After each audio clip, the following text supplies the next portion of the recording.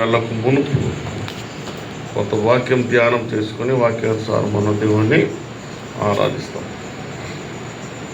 మత్తయి సువార్త 9వ అధ్యాయం మనం చదువుకున్నాం. 1 నుంచి 8 వరకు మార్చి చదువుకున్నాం. మత్తయి సువార్త 9వ అధ్యాయం 1 నుంచి 8 వరకు బిగ్గరగా స్పష్టంగా అర్థం చేసుకుంటూ మనం చదువుకుందాం. తరువాత ఆయన దోణి ఎక్కి సముద్రము దాటి తన పట్టణంలో ప్రవేశింపగా ఇదిగో పక్షవాయువుతో మంత్రులు ఆయన ఎదురు తీసుకొని వచ్చింది. యేసు వారి విశ్వాసము చూసి కుమారుడా ధైర్యముగా ఉండము, క్షమించబడి అని చెప్పారు. ఇదిగో శాస్త్రులలో కొందరు ఇతడు దేవదూషణ చేయుచున్నాడు తమలో తాము అనుకొనగా యేసు వారి తలంపులు గ్రహించదండి. మీ హృదయములో దురాలోచన చేస్తున్నారు. నీ పాపము క్షమింపబడినవని చెప్పుట సులభమా, లేచి నడవమని చెప్పుట సులభమా? ఆయనను పాపములు క్షమించటకు భూమి మీద మనిషి కుమారుని అధికారం కలని చెప్పి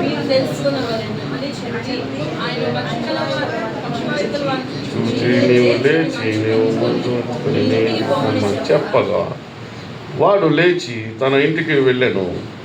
అందరం చదువుకున్నాం. జనులు అది చూసి భయపడి మనుషుల కట్టి అధికారం ఇచ్చిన దేవుని గణపరిచిరి.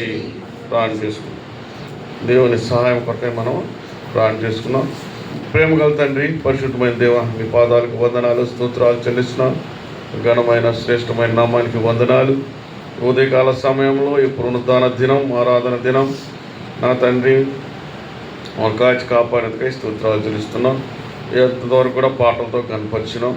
ప్రభు ఆరాధనలో బల్లలు నాయన ఆది అంతవరకు మీరే అధ్యక్ష వహిస్తూ మమ్మల్ని కాపాడుతూ మీ యొక్క మందిరంలో, మీ సన్నిధిలో, మీ ఇంటిలో మీరున్నారని మేము నమ్ముతున్నాం. అందుకే నాయన ఎక్కడైతే ఇద్దరు ముగ్గురు చేయాలో ప్రార్థిస్తున్నట్టు సెలవు ఇచ్చారు. అదేవిధంగా ఈ యొక్క మందిరంలో మీ యొక్క సన్నిధిలో మేము ఉంటున్నాం, మీ మధ్యలో ఉంటున్నాం, మా మధ్యలో మీరు ఉంటున్నారు.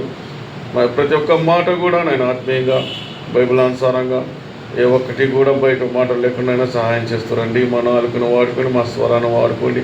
నేనైతే నిమిత్తం మాటలు ఎందుకు పని కానీ వాడం ప్రభావ. మమ్మల్ని ఎన్నుకున్నందుకై స్తోత్రాలు, మమ్మల్ని కాపాడినందుకై స్తోత్రాలు, మాకు రక్షించినందుకై స్తోత్రాలు, వాడుకున్నందుకై స్తోత్రాలు చెల్లిస్తున్నాను. నాయన చెప్పే వాక్యంలో మీరు ఎంతో స్పష్టతగాను నాయన అన్ని సహాయం చేయండి. వచ్చిన బిళ్ళందరం బట్టి పేరు పేరు వరుసన దీవించండి, ఆస్వాదించండి. ఇంకా రావాల్సిన వారిని ప్రభావ త్వరగా తీసుకుని వచ్చేదానికి బాగుంది. ఎందుకంటే నాయన మీ సన్నిధిలో నా తండ్రి అన్ని విషయాల్లో కంటే కూడా మీ యొక్క సన్నిధిలో సమయానికి ఉండుట ఎంతో మేలు, ఎంతో శ్రేష్టం. ఎంతో వాక్యాన్ని మిస్ అవుతారు, పాటలు మిస్ అవుతారు, ఆత్మీయత మేలులు మిస్ అవుతారు. ప్రభు ఎరిగి పిల్లలని జ్ఞానం కలిగి, భయభక్తులు కలిగి, దేవుని యందు భయము భక్తి రెండు కలిగి ఉండాలి. ఆ యొక్క మందిరంలో దేవుని సన్నిధిలో మీరుంటున్నారని గ్రహించాలి. ఆయన బిడ్డలకు సహాయం చేయండి. అదేవిధంగా ఎవరైతే రాలేని పరిస్థితులు ఉన్నారో వాళ్ళకి క్షమించి వాళ్ళకి ఆ ఆక్రత తీర్చండి. రాగలిగి రాలేకుండా లేటుగా వచ్చే వాళ్ళతో మాట్లాడండి, సమాధానపరచండి. మందిరాన్ని తీసుకొచ్చే బాధ్యత దయచేయమని వేడుకోండి. ఇచ్చిన సమయాన్ని బట్టి స్తోత్రాలు చెల్లింది. మేము ముందుకు సాగిపోతుండగా మీరు ఇటువంటి సహాయం చేయమని, మాతో మాట్లాడమని, ఆయన మా యొక్క వాక్యాన్ని ధ్యానం చేసుకుని ఆరాధనకు ఉపయోగపడడానికి సహాయం చేయమని వేడుకుంటాం.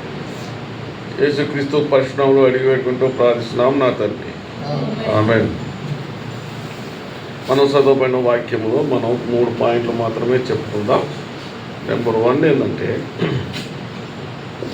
జనులు ఏం చేస్తున్నారంటే పక్షవాయువు గల వాయువుతో ఉన్నటువంటి, పక్షవాయువు అంటే తెలుసు కదా, ఆయన నడవలేడు, ఒక్కోసారి బ్రెయిన్తో మాట్లాడాడు మంచి, అది ఒకప్పుడైతే పెద్ద యొక్క రోగం. పక్షవాయువు వచ్చిందంటే ఎంతో భయంకరమైనది.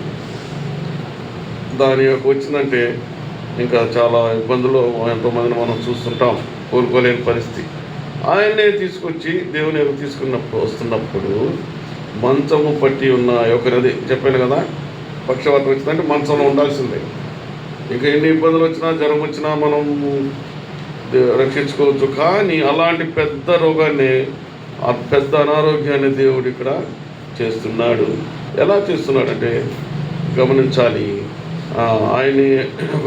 ఆయన తీసుకొచ్చి ఏం చేస్తున్నాడు ప్రభు యేసుక్రీస్తు. మనం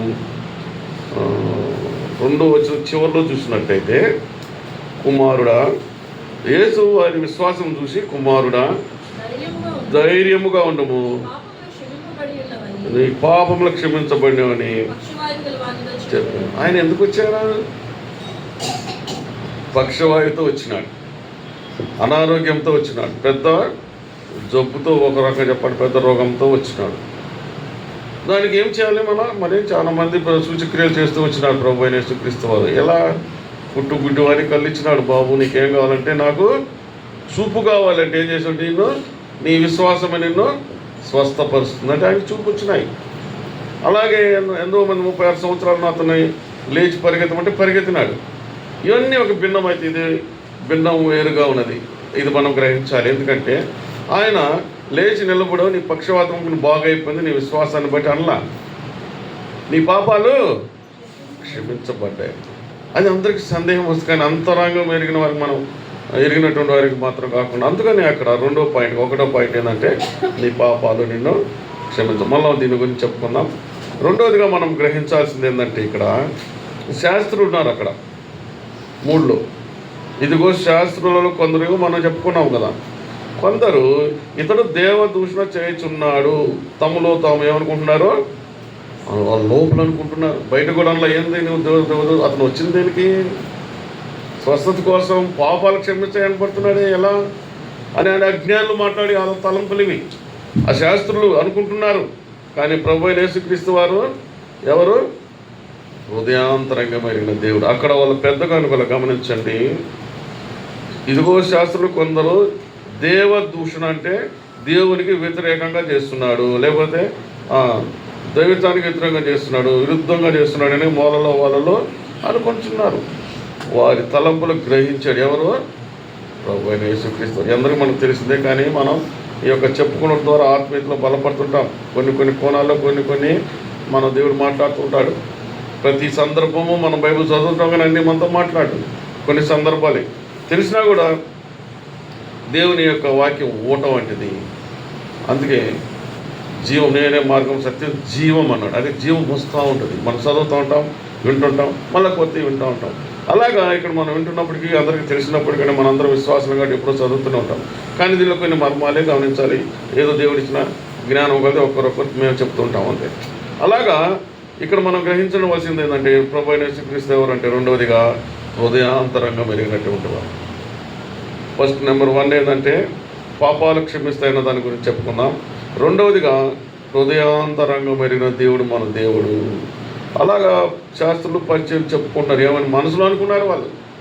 దేవదూషణ చేసి ఇతను వ్యతిరేకంగా చేస్తున్నాడు, ఆయన వచ్చింది ఒక పని మీద ఇంకో పని చేస్తున్నాడు అని చేసుకోవటంలో ఆయన మొత్తం దేవుని తలంపు వాళ్ళ దేవుడు గ్రహించాడు. ఆయన హృదయాంతరంగం ఎరిగిన దేవుడిగా రెండవదిగా మనం గమనిస్తున్నాం. వాళ్ళకు ఒక క్లారిటీ ఇచ్చినాడు ఇక్కడ. ఏమని? వాళ్ళ తలంపులు గ్రహించి 9:6లో 9:4లో తలంపులు గ్రహించి మీ హృదయములలో దురాలోచన చేస్తున్నారు. ఏంటంటది? దురాలోచన. లోపల ఎవరు బయటకు అనలా, వాళ్ళు మైక్ పెట్టుకుని ఏందయ్యా మీరు ఇట్లా చేస్తున్నారని యేసుక్రీస్తు అడిగే ధైర్యం లేదు అక్కడ. ఎవరిని అడగలేదు. ఎందుకంటే దేవుని కుమారుడు ఆయన, అద్భుతాలు చేసే అద్భుత కార్యాలు చేసే దేవుడు ఆయన, సూచిక క్రియలు చేసే దేవుడు ఆయన. అడగలేక వాళ్ళ సన్నిహితున్న హృదయంలో ఉన్న వినే దేవుడు మన దేవుడు. రెండవదిగా హృదయాంతరంగం ఎరిగిన దేవుడు. అలాగా అడిగినప్పుడు వాళ్ళకి ఒక క్లారిటీ ఇచ్చినాడు. చదమ్మా 5. నీ పాపములు క్షమించబడి అని చెప్పుట సులభమా? అయినను అధికారం కలదని మీరు తెలుసుకున్నారని చెప్పి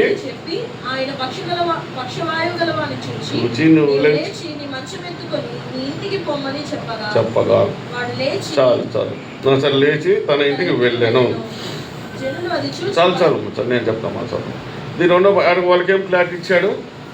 ఆయన వచ్చింది వాస్తవమే, స్వస్థత కోసమే. కానీ నువ్వు స్వస్థపరిచినా వెళ్ళంటే ఏం చేస్తాడు? ఆయన స్వస్థపడతాడు, ఆరోగ్యం పొందుతాడు, ఇంటికి వెళతాడు. కానీ ఏం లేదు ఆయనలో? మార్పు లేదు. ఒక క్లారిటీ ఇచ్చాడు దేవుడు, మార్పు లేదు. అదే నీ పాపాలన్నీ క్షమించబడ్డాయి అంటే, ఆయన పాపాలన్నీ క్షమించబడి స్వస్థత పొందితే ఆయన దేవుని యొక్క కుమారుడు అవుతాడు, దేవుని యొక్క స్వాస్యం అవుతాడు, దేవుని బిడ్డగా మారుతాడు.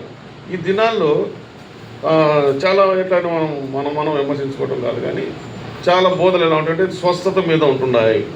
ప్రజలందరూ కూడా స్వస్థత అంటే పరుగులు తీస్తున్నారు, స్వస్థత పొందుతున్నారు. ఒకవేళ దేవుడు ఒక్కొక్కరికి ఒక వరం ఇస్తాడు, కొందరికి స్వస్థ వరం ఇస్తారు, కొందరికి గర్భఫలాలు తెచ్చే స్వస్థత ఇస్తారు, కొందరికి ఆత్మను సంపాదించే స్వస్థ. అలాగా అయితే వాళ్ళు ఏం చేస్తున్నారు, స్వస్థత పొందుతున్నారు, వెళుతున్నాం, శారీరకంగా ఆరోగ్యం బాగుపడుతున్నాం. కానీ మనం దేవుడు కోరుకునేది ఏంటి? హృదయం మారాలి. అప్పుడు ఈయన పాపాలన్నీ క్షమించబడేంటి. ఏమైంది? అక్కడ ఒక చెట్టు ఉంది, ఎదుగుతుంది, దాని కొమ్మలు నరికేస్తాం, ఏమవుతుంది? మళ్ళా వస్తుంది, మళ్ళా నరుకుతాం, మళ్ళా వస్తుంది. అదే ఇది వద్దనుకుంటే ఏళ్లతో పెగిలిస్తే ఇంకా రాదు. అర్థమైందా? అలాగా మన హృదయాలు కూడా ఆయన స్వస్థత పొందేది కాదు ముఖ్యం. అక్కడ ఆయన ఏమవ్వాలి? మార్పు చెందాలి, పాపాలు క్షమించబడాలి. అది యొక్క క్లారిటీ వాళ్ళకి ఇస్తూ వచ్చినాడు. స్వస్థపరచడం పంపించడం మేలా, లేకపోతే ఆయన యొక్క పునాదులు, ఆయన యొక్క హృదయం మారటం మేలా మనకి అవసరమా? దేవునికి అవసరం ఏందయ్యా అంటే హృదయం మారాలి. పక్షి గారు కూడా మన యొక్క క్రమం ఏంటంటే ఆత్మల రక్షణ, హృదయం మారాలి. ఆటోమేటిక్గా పాపాలు క్షమించబడితే అనారోగ్యాలు దూరం అవుతాయి. దాని ముందుగా చెప్తాను. రెండో పాయింట్ ఏంటంటే ఇది హృదయాంతరంగం అని దేవుడు, మన హృదయాల్ని చూసే దేవుడు మన దేవుడు. తర్వాత ఆయన మన హృదయాలు స్వస్థత కాదు, కానీ ఇక్కడ మనం తెలుసుకోబడింది హృదయాలు మారాలి, పాప క్షమాపణ జరగాలి. అప్పుడే మనం దేవుని యొక్క బిడ్డలం అవుతాం, అప్పుడే ఆరాధించేదానికి అర్హులం అవుతాం. అందుకని మనం కూడా ఎన్నో పాపాలు మనం ఏం చేయాలి? ఆయన యొక్క పరిశుద్ధ రక్తంతో మనల్ని కడుగుతాడు, పాపాలను శుద్ధి చేస్తాడు, పరిశుద్ధినిగా చేస్తాడు. ఎందుకంటే ఆయన పరిశుద్ధ రక్తం, ఏం మార్పు లేని రక్తం. అది కలుషితం అంటే తెలుసు, ఏ రక్తం? పరిశుద్ధ రక్తం, ఏక శరీరం, పరిశుద్ధాత్మతో పుట్టబడిన దేవుడు ఆయన. ఆయన యొక్క రక్తం పరిశుద్ధ రక్తం కాబట్టి ఆ యొక్క పరిశుద్ధ రక్తం ప్రతి పాపం నుండి కడుగునని సెలవిస్తుంది. ఆయనకి అది కలదనమాట. అలాగా రెండవదిగా మనం హృదయాంతరంగం ఎరిగిన దేవుని గురించి మనం మళ్ళీ జ్ఞాపకం చేసుకున్నాం. మూడవదిగా 9:8 రాయబడి ఉంది, చూడండి. జనులు అది చూచి భయపడి దేవుని మహిమపరచడం అంటే ఏంటండి? స్తుతించడం, ఆరాధించడం, గణపరచడం, పొగడటం, ఇవన్నీ కూడా వాళ్ళు భయపడి లేచి. ఎవరికి ఇచ్చారు ఈ అధికారం అంటే దేవునికి. అంటే ఆయన అది చూసి భయపడి మనుషులకి ఇచ్చే అధికారం. మనుషులు ఎవరు? ప్రభువైన యేసుక్రీస్తు వారికి అధికారం ఇచ్చాడు తండ్రి. దానికి దేవుని మహిమపరిచారు. ఈ లోకంలో దేవుడు ఆయన స్వరూపంతో మనల్ని చేశాడు. ఆయన కుమారుడు మన స్వరూపంలో, మానవుని స్వరూపంలో ఈ లోకానికి వచ్చినాడు. అందుకని ఆయన ఏమంటున్నారు, వీళ్ళు అక్కడ అంతవరకు కూడా వాళ్ళు శాస్త్రులు పరిచయం ఏమన్నాడు? మనుషుడే అన్నాడు. ఎందుకంటే మనిషి రూపంలో దేవుడి లోకానికి వచ్చినాడు కుమారుడిగా. తను తగ్గించుకుని దీనుడిగా జన్మించాడు, సూచక క్రియలు చేస్తున్నాడు. ఇవన్నీ కూడా అద్భుతకాలు. ఎవరికి ఇచ్చాడు ఈ అధికారం? మూడవదిగా దేవుడు కుమారుడికి ఇచ్చినట్టు అధికారం. ప్రభువైన యేసుక్రీస్తు వారు మనకు అధికారం ఇచ్చాడు. ఈ మూడిట్లో మనం కొంచెం రెండు రెఫరెన్స్ ధ్యానం చేసుకుందాం. మొట్టమొదటిగా పాప క్షమాపణ అంటే స్వస్థత. పాప క్షమాపణ ద్వారా మనకి స్వస్థత కలుగుతుంది. చూడండి, యాకోబు 5:15 ఏం రాయబడిందంటే, యాకోబు 5:15లో నీ విశ్వాస సహితమైన ప్రార్థన ఆ రోగిని స్వస్థపరచును, లేపును. చాలు ఏంటంట? విశ్వాసం బట్టి ప్రార్థన రోగిని స్వస్థపరుస్తుంది. కానీ ప్రభు అతని లేపడం ఖాయం, స్వస్థపడటం ఖాయం. కానీ అతను పాపములు చేసిన వాడైతే పాప క్షమాపణ పొందాలి. ఎందుకంటే పాప క్షమాపణ లేనిదే స్వస్థత రాదు. చాలామంది మన జీవితాలు గ్రహించాం. ఆత్మీయంగా బలపడాలంటే అనారోగ్యాలు వస్తాయి, అస్వస్థతలు వస్తాయి. ఇవన్నీ ఏందబ్బా నాకు దేవుడు పెట్టాడు కాదు. అవి పెట్టకపోతే మనం పాపంలో నుంచి రాలేం బయటికి. అయ్యో ఇవన్నీ పెట్టుకున్నా ఉంటే మనం ఆల్రెడీ దేవుడిని నమ్ముకొని పాపాలు క్షమించబడితే ఏ రోగము మన యొద్దకి రాదు, ఏ యొక్క ఇబ్బందులు మన యొద్దకు రావు, ఆర్థిక సమస్య రాదు. ఎందుకు వస్తాయండి? దేవుడు మన హృదయాల్లో ఉంటే ఎందుకు వస్తాయి? దేవుడే మనం మీకు ఒకసారి కూడా చెప్పినాను, అట్లా దేవుడు ఎన్ని టైం సమయం చాలదు, దేవుడే మన యొక్క హృదయాల్లో ఉంటాయి, ఇవన్నీ రావు. అది మనం ఎరిగి. అందుకనే మనం ఏం చేయాలంటే మన పాపాలని ముందు పాప క్షమాపణ జరగాలన్నమాట. అందుకని మనం కూడా ఒకప్పుడు పాపంలో ఉన్నటువంటి వారిని ఆ యొక్క పరిశుద్ధంతో మనం కడిగిపడినాం. దేవా మమ్మల్ని కడిగినందుకే, పరిశుద్ధులు చేసినందుకే, మీరు మా హృదయాల్లో ఉన్నందుకే స్తోత్రాలని మనం ఆరాధించేవారుగా ఉంటుంటాం. అందుకే ఈ విధంగా విశ్వాసరహితం ప్రార్థన కలిగి ఉండాలి. దాన్ని రాయబడి రోగిని మీకు స్పష్టత ఏర్పడిందా? రోగిని స్వస్థపరచడం ఖాయము, కానీ అతను పాపములు చేసిన వాడైతే పాప క్షమాపణ నొందును కాకనుంది.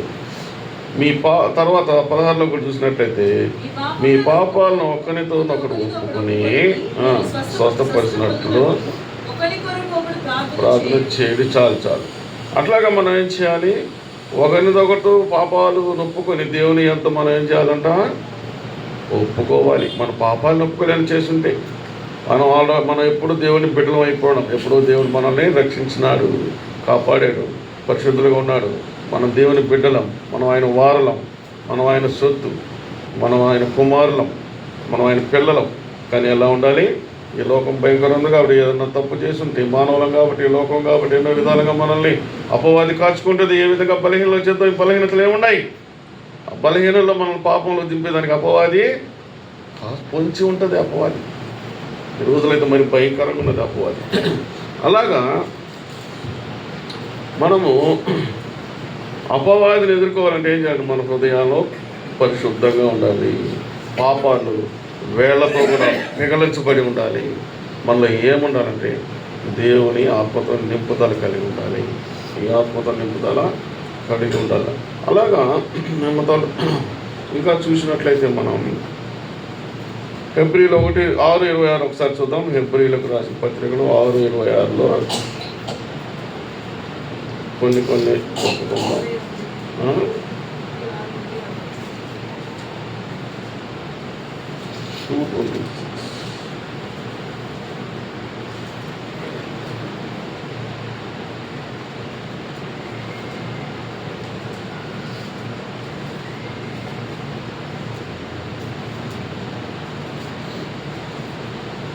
సరే, సంఖ్యాకాండంలో దేవుడే రాయబడ్డాడంటే సంఖ్యాకాండంలో 32:22-23 చదువు.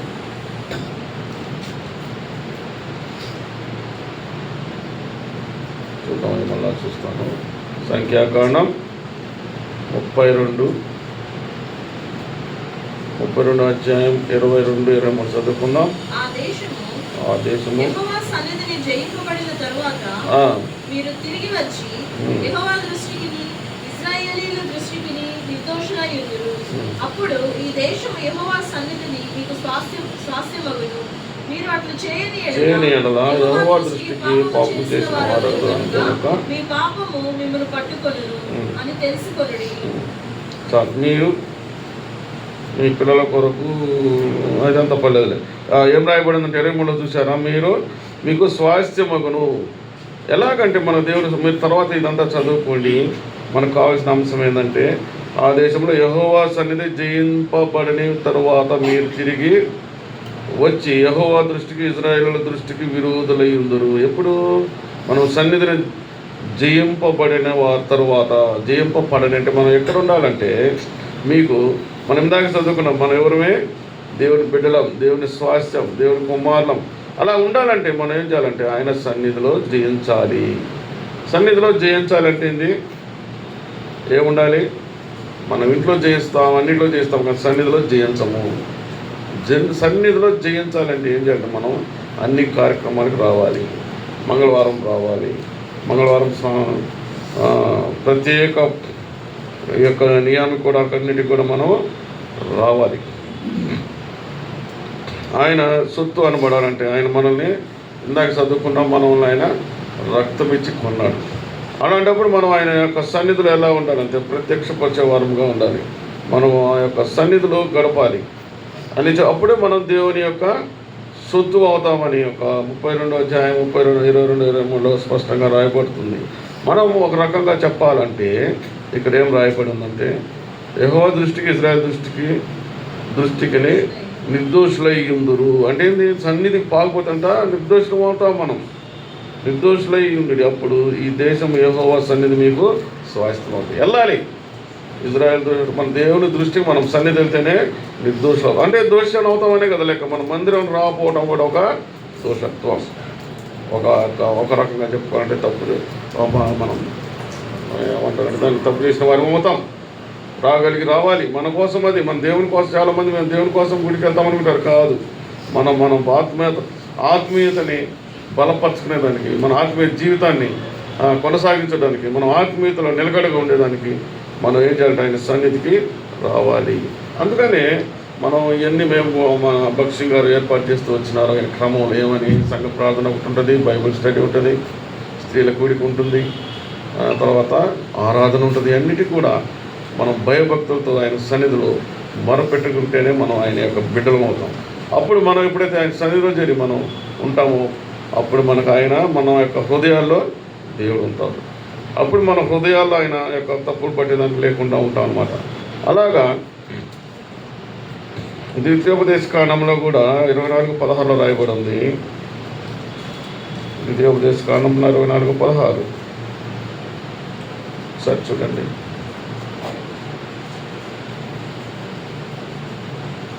ద్వితీయోపదేశ 24:16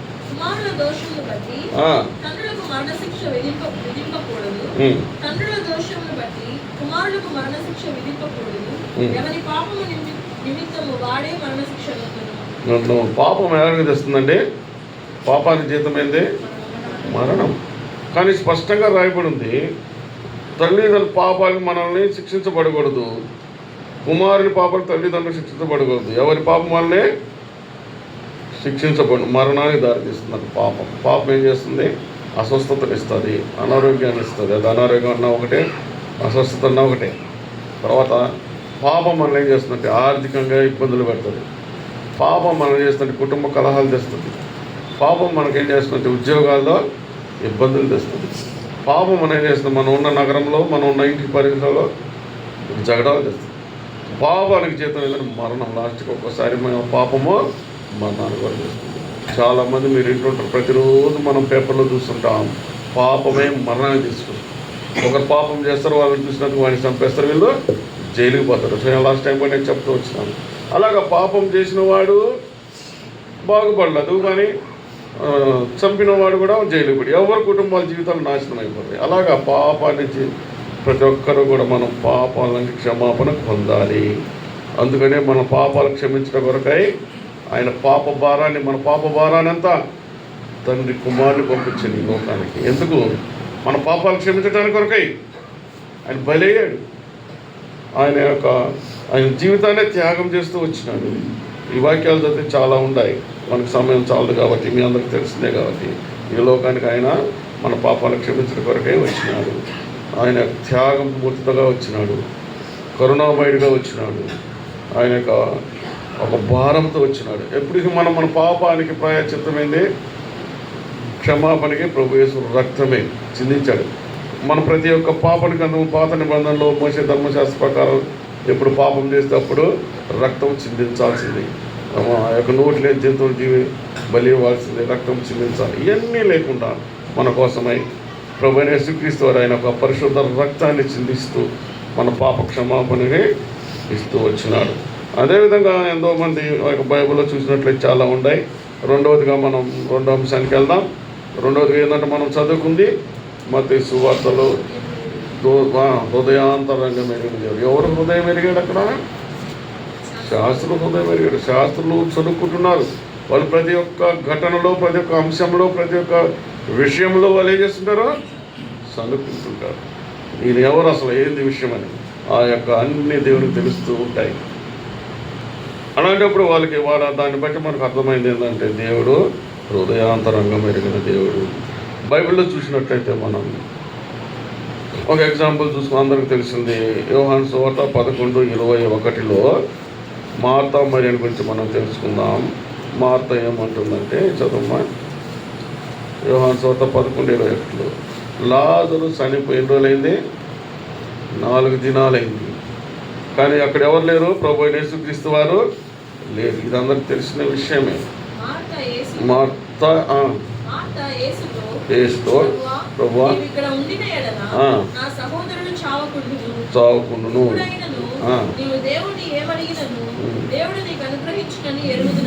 సరే అలా ఎవరు అడిగింది? మార్త. మళ్ళీ అదే యోహానులో 11:32 చూడండి.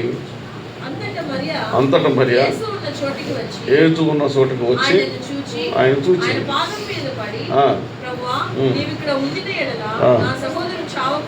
చావకుండా. ఇక్కడ చూడండి, ఇద్దరు అదే మాట అంటున్నారు. కానీ ప్రభు అయిన యేసుక్రీస్తు వారు ఏమంటున్నారంటే, ఆయన ఇక్కడ కాదు, 4 రోజులు లేరు కదా, ఆయన అక్కడున్నా కానీ ఆయనకు తెలీదా?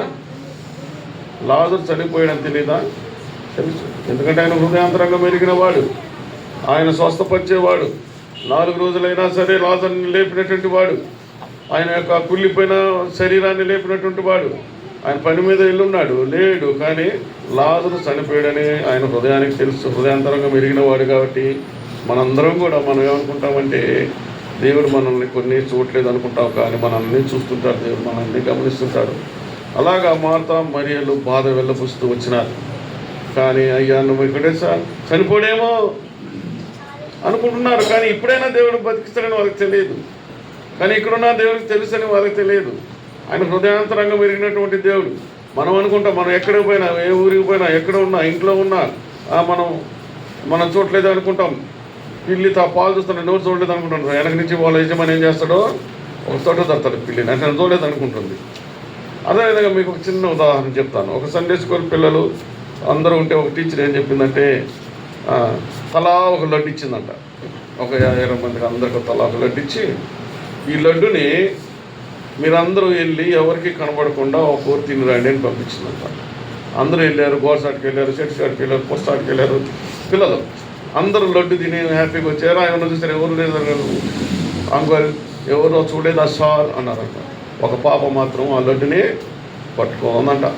అమ్మ ఏం నాయన నువ్వు లడ్డుని తినలేదే? ఏమంటే, సార్ బ్రదర్ నన్ను అందరూ చూడలేదు, కానీ దేవుడు చూస్తున్నాడు కదా అంకుల్, మీరు ఎవరో చూడకూడదు అన్నారు కదా నన్ను, ప్రభు అయిన యేసుక్రీస్తు వారు ఎప్పుడు గమనిస్తూనే ఉంటారు, అందుకని నేను తినలేదంట. చూడండి, ఆ పాపకి ఎంత గహనం ఉంది. ఆ పాప గ్రహింపు చూడండి. నన్ను ఎవరు చూస్తున్నారో, దొంగతనం కాదు అది, కానీ ఒక మాట ప్రకారం ఒక పరీక్ష పెట్టాడు ఆయన. తినిరండి, అందరూ ఎవరు చూడకుండా తినిరండి, పరీక్ష చూద్దాం ఎవరెవరు మెంటాలిటీ ఎలా ఉంటుందని పిల్లలకి సైకాలజీగా పెడితే ఒక పాప మాత్రం లడ్డుని తినకుండా తెచ్చింది. ఆమె ప్రశ్నించినప్పుడు, ఏమమ్మా నువ్వు ఎందుకు లేదు, ఎవరు చూశారంటే, నా చుట్టుపక్కల ఎవరు లేరు అంకుల్, కానీ నేను ఎంత చీకట్లోకి వెళ్ళినా ఎక్కడికి వెళ్ళినా నన్ను ఎవరు గమనిస్తున్నారు? ప్రభు అయిన యేసుక్రీస్తు నన్ను చూస్తుంటాడు కాబట్టి నేను తినలేదని అనుకుంటా. ఏది ఎందుకు చెప్పానంటే, ఆయన హృదయాంతరంగా ఆ పాప గమనించింది, నన్ను దేవుడు చూస్తుంటాడు అని. అట్లాగా మార్త మరియు కూడా అడిగినారు, నువ్వు ఉంటే ఇక్కడ లాజరు చనిపోడేమో అని వాళ్ళ యొక్క ఉద్దేశం. కానీ యోహాను సువార్తలో 11:39 చూడమ్మా. యేసు రాయి తీసివేయని చెప్పగా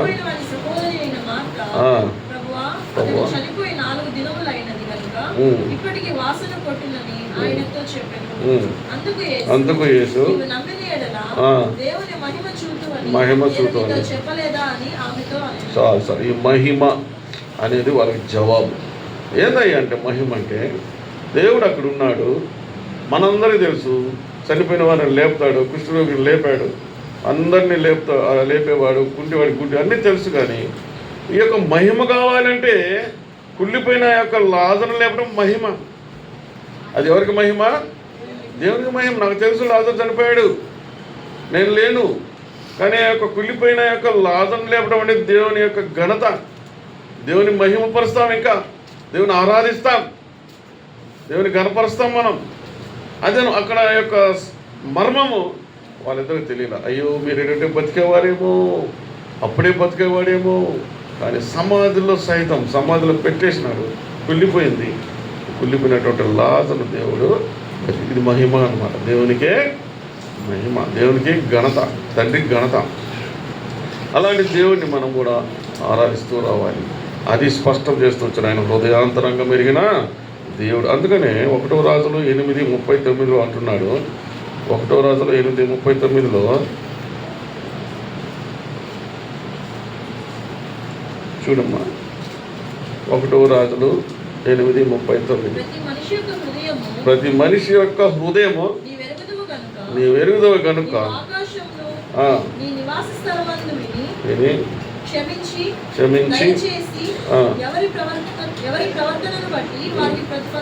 చాలు చాలు చాలు చాలు. ఎవరికంట ప్రతి ఒక్క హృదయము దేవుడు ఎరుగును. ఆయన తెలుసు ఏమి ఎప్పుడు జరుగుతుంది. ఇంకా కూడా కావంట మనల్ని ఆ యొక్క గర్భంలో వేయకముందే మనల్ని ఎరిగినటువంటి దేవుడు ఆయన. అందుకనే స్పష్టంగా చెప్తున్నాడు, హృదయాంతరం ఎరిగిన దేవుడు, ప్రతి ఒక్క మనిషి హృదయము ఎరిగిన దేవుడు. ఆయన తెలుసు ఎవరెవరు ఎలాంటి వాళ్ళు అన్నీ తెలుసు. కానీ మనం ఆయన కాపాడుతూ వస్తుంటాడు. అందు నిమిత్తమైన దేవుని మనం ఆరాధిస్తూ ఉండాలి. కొందరు బలహీనమైనటువంటి హృదయం ఉంటారు, అంటే వాళ్ళకి ఇష్టమైన దాంట్లో పడిపోతారు. అపవాదం చూసినప్పుడు కొన్ని మనకి ఎట్టి హృదయం కలిగి ఉంటాం. కొందరు బలహీనమైన హృదయం ఉంటారు. కొందరు అందరు మాటలు వింటూ ఉంటారు. కొంత మాట విని కొందరు చెప్పేవాళ్ళు. కానీ రకరకాల లోకం ఎంతోమంది కోట్ల హృదయాలు, కోట్లు రకరకాలుగా ఉంటాయి. అన్నీ యొక్క దేవునికి ఎరుగు. కానీ ఆయన యొక్క పరిశుద్ధ రక్తంతో కడిగిన హృదయం ఒకేలాగా ఉంది. ఎలా ఉంటుంది? ఒకేలా. దేవుని వాక్యం చదువుతాం, దేవునితో ప్రార్థన చేస్తాం, దేవుడితో సహవాసం కలిగి ఉంటాం. అది ఆయన హృదయం. అది ఎప్పుడు కలిగి ఉండాలని మనతో చెప్తున్నాడు. అవును ప్రభు, నేను కూడా ఆయన పాపంలో ఉన్నటువంటి నన్ను, హృదయం గందరగోళంగా ఉన్న నన్ను, నా హృదయాన్ని కడిగి మీరు నా హృదయంలో ఉన్నంతగా ఇది ఆరాధిస్తున్నామని మనం ఆరాధించాలి. మూడోదిగా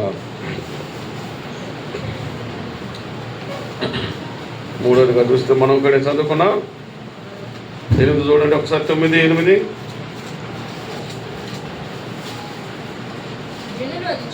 జనులు అది చూచి చాలు, మనుషులకి అధికారం ఇచ్చిన దేవుని మహిమపరిచారు. మనిషి అంటే అక్కడ ప్రస్తుతానికి అక్కడ మనిషి ఎవరు? యేసుక్రీస్తు ఎవరు? తండ్రి కుమారుడు. తండ్రి ఎందుకు పంపించాడు ఈ లోకానికి? ఒక అధికారం ఇచ్చి పంపించాడు. ఈ లోకానికి నువ్వు దీనుడిగా జన్మించాలి, తర్వాత ఆ యొక్క రక్తం చిందించాలి. ఈ యొక్క రక్తం ప్రతి ఒక్కరి పాపము క్షమించబడాలి. ఆ యొక్క పాప క్షమాపణ కలిగి ఉండాలి. పాపం ద్వారా దేవుని పరిశుద్ధులుగా ఉండాలి. నీ కుమారునిగా, నీ బిడ్డలుగా ఉండాలి అని ఒక అధికారం ఇచ్చి లోకానికి పంపిస్తూ వచ్చినాడు. చూడండి, మత్తయి సువార్త 7:29 చదివినట్లయితే మనం స్పష్టంగా ఉంటాయి. మత్తయి సువార్త 7:29 ఏలైనగా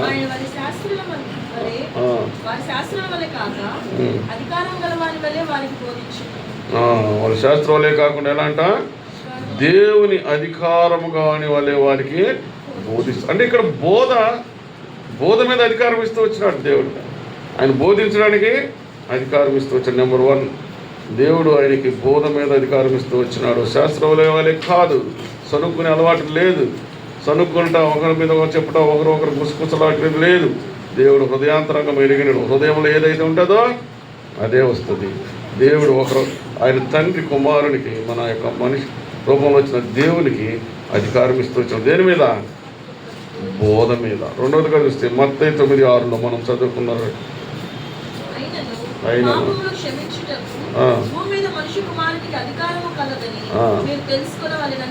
చెప్పాను చాలు. మరి రెండవది ఏంటంట? ఏం అధికారం ఇచ్చాడు తండ్రి? పాపాలు క్షమించేదానికి అధికారం ఎవరికి ఉన్నది? ప్రభువైన యేసుక్రీస్తు వారికి మాత్రమే ఉన్నది, ఎవరికీ లేదు అధికారం.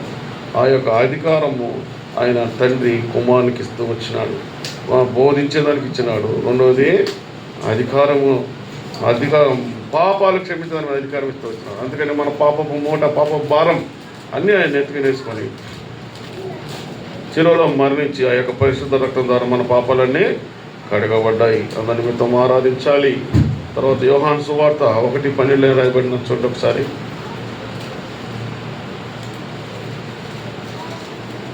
యోహాను సువార్త 1:12 తనను ఎందరు అంగీకరించిరో వారికందరికి, అనగా తన నామమున విశ్వాసం ఉంచిన అందరికీ దేవుని పిల్లలగుటకు ఆయన అధికారం అనుగ్రహించి అధికారం ఇచ్చి. ఇది ముఖ్యంగా ఇంపార్టెంట్ అండి. దేవుని పిల్లలు మనందరం ఎవరమే? దేవుని పిల్లలు. యోహాను పేతురు ఎవరు? శిష్యులు. ఏం అధికారం ఇచ్చాడు ఆయనకి? ఈయనకున్న దేవుడు తండ్రి ఏమైతే అధికారం ఇచ్చాడో అది యోహాను పేతురు కూడా ఇచ్చాడు. అందుకని యోహాను పేతురు దేవాలయంకి వెళ్ళినప్పుడు ఎవరున్నారు అక్కడ? పుట్టినప్పటి నుంచి కాలు ఊసబడి తీసుకొస్తూ కూర్చోబెట్టి వెళ్ళేవారు, తీసుకొని వెళ్ళేవారు. ఎవరైనా తీసుకొస్తేనే వచ్చేటటువంటి వాడు ఏం చేశారు ఆయన దగ్గర? ఈయన వాళ్ళని చూస్తున్నారు, దేవుని బిడ్డ ప్రకాశవంతంగా వస్తున్నారు. అది చూచి ఓహో వీళ్ళ దగ్గర బాగుందని ఈయన ఇస్తారులే అని అనుకున్నాడు. కానీ యోహాను పేతురు మా దగ్గర అయితే ఏమీ లేదు, కానీ యేసుక్రీస్తు పరిశుద్ధ నామములో లేచి నిలబడినాడు. ఆయన పుట్టినప్పటి నుంచి ఊసకాళ్ళు చీలమండలం నుంచి బలం పొందుతూ వచ్చినాయి. అంటే అక్కడ నరాలు, ఆ యొక్క ఎముకలు, నరాలు అన్నీ కూడా బలం. ఏంటంటే దేవుడు ఇచ్చిన తండ్రి కుమారుడు ఇచ్చినటువంటి అధికారం. తండ్రి కుమారుడికి అధికారం ఇచ్చాడు. మనుషులైన మనకి దేవుడు దేవుడి పిల్లలకి అధికారం ఇస్తూ వచ్చిన ఆయన కుమారుడికి ఇచ్చాడు. కుమారుడు ఆయన పిల్లలకి, మనం ఆయన చేత కడగబడ్డవారు ఆయన పిల్లలం. ఎంతో చదువుకుని ఆయన సన్నిధిలో ఉండే అర్హత కలగడం ఆయన పిల్లలం. ఆయన సొత్తు మనం. ఆయన క్రయం ఇచ్చి కొన్నాడు, ఆయన రక్తాన్ని ఇచ్చి మనల్ని కొన్నాడు, ఎన్నుకున్నాడు. జగత్ పునాది వేయకముందే నన్ను ఎన్నుకున్నాడు ఆయన. మన జీవితాలు ఎలా ఉండాలో ఆయన తెలుసు. మనం ఎన్ని ప్రయత్నాలు చేసినా చల్లవు. మా జీవితాల్లో కూడా ఎన్నో ప్రయత్నాలు చేస్తాం, ఆఫీసులో చెల్లదు. దేవుని యొక్క ఏర్పాటు ప్రకారం మనం కొనసాగుతూ ఉండాలి. ఆ యొక్క ఏర్పాటు కొరకై మనం ఏం చేయాలి? దేవుని అనుసరించాలి. ఆయన పిల్లలకి మనకు అధికారం ఇచ్చాడు. మనం అపవాదిని ఎదుర్కొనే శక్తి కూడా మనకి ఇచ్చాడు. ఎఫెసీయులకు రాసిన పత్రికలు 6:11 ఒకసారి చూసి ముగించుకుందాం. ఎఫెసీయులకు రాసిన పత్రిక 6:11.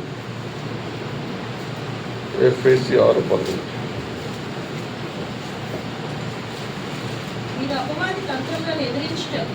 మీరు అపవాది తంత్రాన్ని ఎదిరించటకును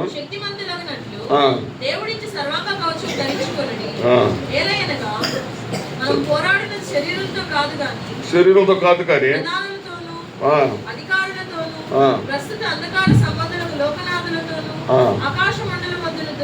దురాత్మ సమూహంతో పోరాడుతున్నాం. ఎవరితంట? అంధకార సమూహం అంటే ఎవరుడు? అపవాది. శత్రువులతో మనం పోరాడుతున్నాం. ఆ పోరాడడానికి ఏమిచ్చాడు దేవుడు మనకి? వాళ్ళు ఎదుర్కొనడానికి అధికారం ఇచ్చాడు. దేని ద్వారా అధికారం ఇచ్చాడు? ప్రార్థన ద్వారా మనం ప్రార్థన కలిగి ఉండాలి. తర్వాత వాక్యం ఎప్పుడు చదువుతుండాలి. ఈ 2 కవచాలు మనకి. ఈ యొక్క కవచాలు ఎప్పుడైతే మనం పట్టుకొని ఉంటామో, ధరించుకొని ఉంటామో, అపవాదిని ఎదుర్కొనే శక్తి మనకు ఉంటుంది. ఆ యొక్క శక్తి ఇచ్చిన ఆయన పిల్లలకి, దేవుని పిల్లలకి అధికారం ఇచ్చినాడు. ఎందుకు? అపవాది మనం మనకి లాస్ట్ చివరి చదువు ఎవరితో మనం పోరాడుతున్నామంటే చీకటి శక్తులతో, శరీరంతో కాదు కానీ అధికారులతోనూ. అంధకార సంబంధులు. ఎవరు? అంధకారం, చీకటి సంబంధులు వాళ్ళు, అపవాది. పోరాడుతున్నాం. ఈ పోరాటాన్ని మనకి ఎదుర్కొనేదానికి దేవుడు అధికారం ఇచ్చింది. ఏ విధంగా అధికారం ఇచ్చాడు? మనకు రక్షణ ఇస్తూ వచ్చినాడు, వాక్యాన్ని ఇస్తూ వచ్చినాడు, ప్రార్థన ద్వారా ఇచ్చినాడు. ఈ 3 మనం కలిగి ఉండాలి. వాక్యం బాగా ఎప్పుడు చదివి ఇప్పుడు ప్రార్థన కదా, ఈ 2 మనకి ఒక ఖడ్గం, ఒక కవచం. వీటి ద్వారా మనం అపవాదిని ఎదుర్కోవచ్చు, యుద్ధం చేయొచ్చు. అలాగా ఈ దినాన మనం దేవుడి పాప క్షమాపణ పొందిన వారుగా మనము కూడా ఒకప్పుడు దేవుడు ఈరోజు 3 మాటలు మనతో మాట్లాడుతూ వచ్చినాడు. నెంబర్ 1, మనిషి పాపాలని క్షమించేవాడు. అంటే స్వస్థత పొందాలన్నా, అనారోగ్యంగా ఆర్థికంగా ఇబ్బందులు మన యొక్క మన కుటుంబంలోనైతే, మన ఉద్యోగాలు, మనలో ఏవైతే ఇబ్బందులు పడుతుంది అన్నీ దేని ద్వారా వస్తాయి? పాపం ద్వారా వస్తుందని తెలియపరుచుకుంటూ వచ్చినాం. ఆ కుష్ఠవాది అతన్ని దేవుడు నీ కుష్ఠవాది నయమవును కాకుండా, నీ పాపాలు క్షమించను కాకుండా, వాళ్ళు శాస్త్రులు అడిగిన దానికి వాళ్ళకి సమాధానం ఇస్తూ వచ్చినాడు. ఆయన స్వస్థపరిచి పంపడం మేళ సులభమా? పాపాలు క్షమించడం వల్ల.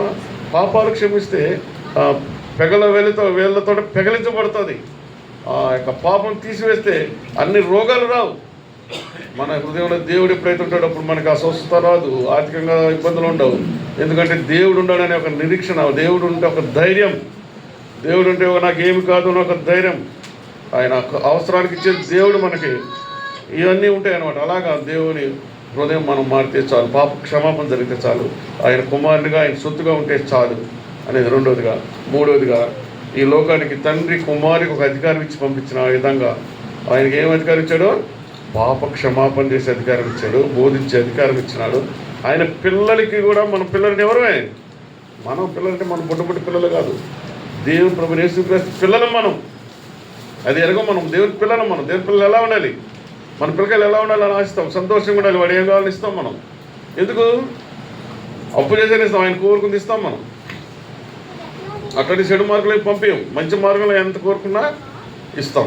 ఎందుకు ఇస్తామంటే మన పిల్లలు ఒక అధికారం, వాళ్ళు ఉద్యోగాలు చేస్తారని చదివిస్తాం. అలాగే దేవుడు కూడా మనకు ఒక అధికారం ఇస్తూ వచ్చినాడు. ఆ అధికారం ఎలా వాడుకోవాలంటే దేవునితో సహసంబంధం కలిగి ఉండాలి. అంటే మనం ఇప్పుడు ప్రార్థన కలిగి ఉండాలి. వాక్యాలు ఏదో భారతంలో ప్రార్థన వాక్యం ఉండాలి. అవి ఉంటే మన కవచాలు. అవి ఉంటే మనం అపవాదిని ఎదుర్కొనే అధికారం కలిగి ఉంటాం. మూడోది అధికారం కలిగి ఉంటాం. దీన్ని బట్టి మనం, ప్రభా నేను కూడా ఒకప్పుడు అధికారం లేని వాడిని, పాపంలో ఉన్నటువంటి వాడిని, హృదయము గలిబిలిగా ఉన్నటువంటి హృదయాంతరంగా మెరిగిన దేవుడు మీరు నన్ను క్షమిస్తూ వచ్చినారు, నన్ను రక్షిస్తూ వచ్చినారు, అధికారం ఇస్తూ వచ్చినాడు అని ఆరాధిద్దాం. దేవుడి యొక్క చిన్న వాక్యాన్ని దీవించగా ఆరాధన లెక్క.